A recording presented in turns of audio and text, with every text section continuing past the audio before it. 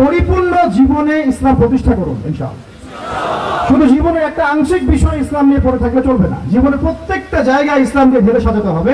উদখুলু ফিস সিলমি কাফা, বলেন একসাথে, উদখুলু ফিস সিলমি কাফা, পরিপূর্ণ রূপে দ্বীনে প্রবেশ করেন। দ্বীনের ব্যাখ্যা আগে বুঝতে হবে, এটা হলো দ্বীন, না দ্বীনুক।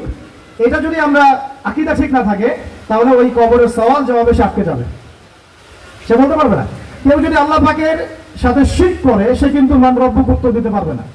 একইভাবে কেউ যদি নবী সাল্লাল্লাহু আলাইহি ওয়াসাল্লামের সুন্নাহ বাদ দিয়ে অন্য কোনো সুন্নাহ তালাশ করে ওইভাবে জীবনযাপন করে সে কিন্তু মান নবী উত্তর দিতে পারবে না। তো আমাদেরকে এই কনসেপ্টটা ক্লিয়ার রাখতে হবে যে দ্বীন একটা পরিপূর্ণ জীবন বিধান। এখন আসেন এর বেসটা কি হবে, এর ভিত্তিটা কি হবে।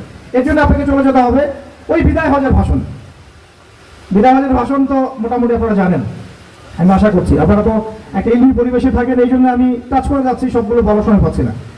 এখানে একটা হাদিস আছে, বিদায় হজে অনেকগুলো ভাষণ ছিল, তার মধ্যে একটা ভাষণে নবী সাল্লাল্লাহু আলাইহি ওয়াসাল্লাম বলেছেন, বলুন সাল্লাল্লাহু আলাইহি ওয়াসাল্লাম, যে তারাকতু ফিকুম আমরাইন, আমি তোমাদের মাঝখানে ছেড়ে যাচ্ছি মাত্র দুটো বস্তু। লান তাদিল্লু মা তামাসসাকতুম বিহিমা, তোমরা কশিন কালেও পথভ্রষ্ট হবে না যতদিন পর্যন্ত এই দুটাকে আঁকড়ে ধরে থাকবে। এই দুটা কি?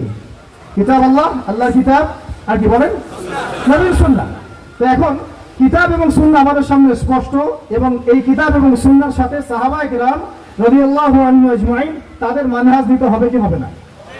এই জায়গায় কিন্তু আমাদের অনেক প্র্যাকটিসিং মুসলিম ভাইয়েরও আকীদার মধ্যে গলদ আছে। অনেকে মনে করেন যে খালি কোরআন এবং সুন্নাহ আমি সরাসরি নিব, সাহাবীদেরকে আমি নিব না। এই আকীদা ঠিক না ভাই। সাহাবীদেরকে ছাড়া আপনি কোরআন এবং সুন্নাহ সরাসরি মানতে পারছেন না।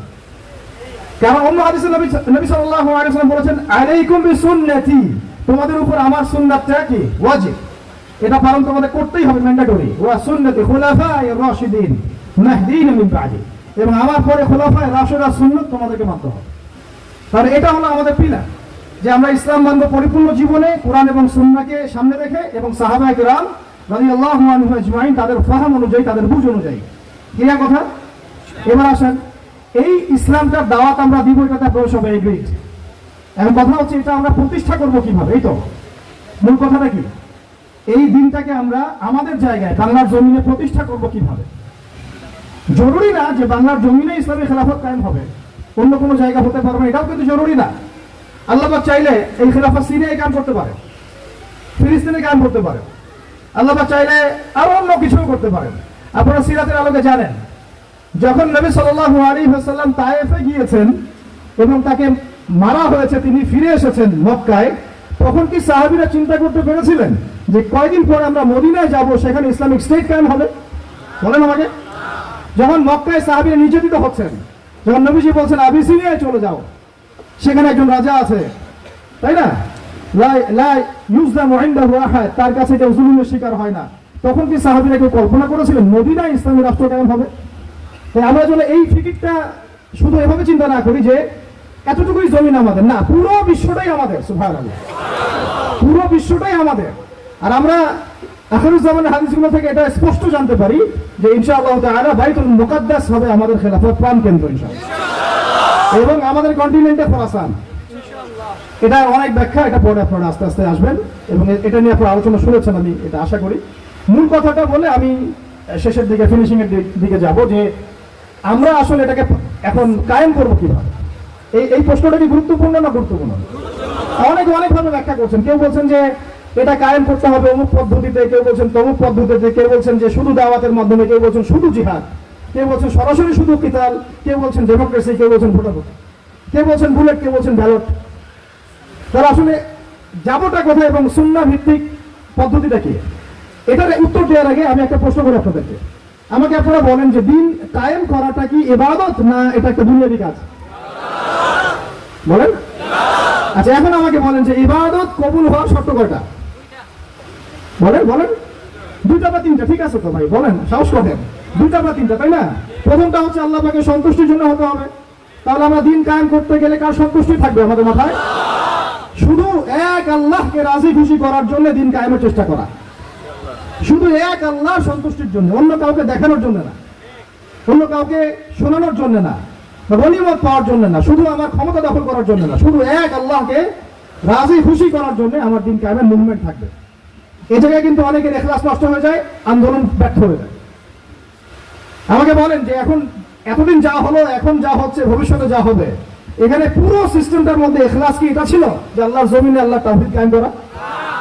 এখন আপনারা বুঝতে পারতেছেন। প্রথম দিন আমরা স্ট্যাটাস দিয়েছিলাম যে পশ্চিমার কোনো সেবা দাসকে আমরা গ্রহণ করবো না। এখন আস্তে আস্তে সব বুঝতে পারবেন। কেবল তো শুরু, দেখেন সামনে কি হয়।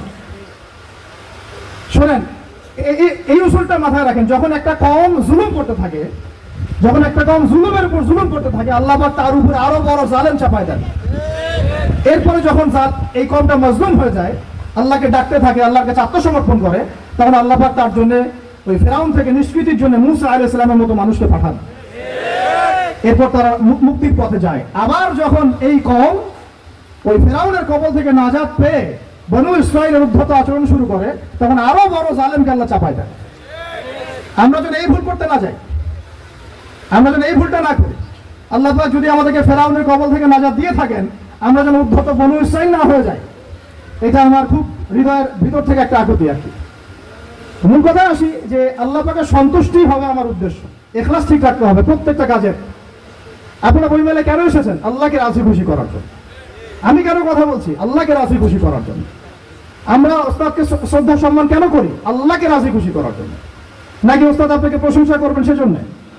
নাকি এখানে আপনি কোনো স্বার্থ পাবেন সেজন্য?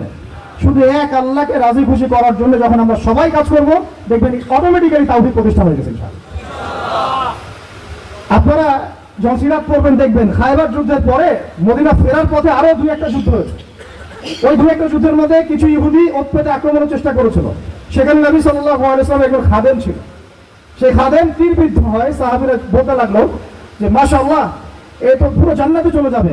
নবী সাল্লাল্লাহু আলাইহি ওয়াসাল্লামের খাদেম ছিল, তীরবিদ্ধ হয়ে শহীদ হলো। নবীজি বলছেন না, সাল্লাল্লাহু আলাইহি ওয়াসাল্লাম বলছেন না, বরং আমি দেখছি তাকে জাহান্নামের আগুনে জ্বলতে। বলেন আউযুবিল্লাহ। সাহাবীরা অবাক হয়ে জিজ্ঞাসা করলেন, কি কারণ ইয়া রাসূলুল্লাহ? তিনি বললেন, খায়বারের গনিমতের মাল থেকে একটা চাদর সে না বলে নিয়েছিল, এই কারণে।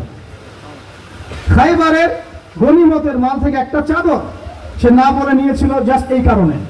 তখন সবাই কিছু কিছু করে জিনিস আনা শুরু করলো, জমা দেওয়া শুরু করলো। একটা মেসওয়াক, একটা ডাল পর্যন্ত মানুষ জমা দিয়ে দিল। নবীজি বলেন, এগুলো ছিল জাহান্নামের অংশ যা তোমরা জমা দিলে। তাহলে আমাদের পুরো মুভমেন্টের উদ্দেশ্য কি হবে বলেন? আজকে আলোচনা সব ভুলে গেলে একটু ভুলে যায় না, আমাদের পুরো উদ্দেশ্যটা কি হবে?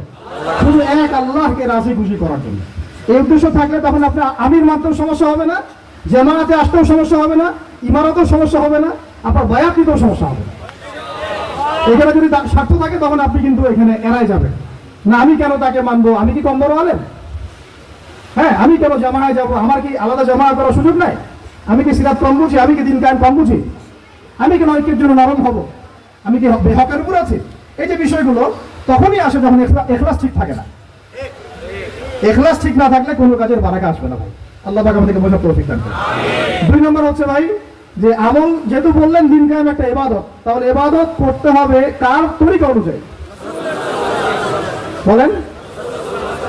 এটা আপনারা সবাই এক বাক্যে স্বীকার করছেন, নবী সাল্লাল্লাহু আলাইহি ওয়াসাল্লামের সুন্নাত এবং তরিকা ছাড়া দিন কায়েমটা ইবাদত বলে গণ্য হবে না। সেটা আমার একটা ব্যর্থ প্রচেষ্টাও হয়ে যেতে পারে। সূরা কাহফে একটা আয়াত আছে, কিন্তু ওই যে কিছু মানুষ মনে করে তারা খুব সুন্দর আমল করছে, ওহুম ইয়াহসাবুনা আন্নাহুম ইউহসিনুনা সুনআ। এদের ব্যাপারে আল্লাহ পাক বলেছেন, কুল হাল নুনাব্বিউকুম বিল আখসারিনা আমালা। সবচেয়ে ক্ষতিগ্রস্ত আমলকারী সম্পর্কে আমি জানাবো কিনা? এটা তারা যারা দুনিয়াতে অনেক সুন্দর আমল করে, মনে করে আমরা অনেক সুন্দর আমল করছি, অথচ ওদের আমল বিফল হয়ে গেছে।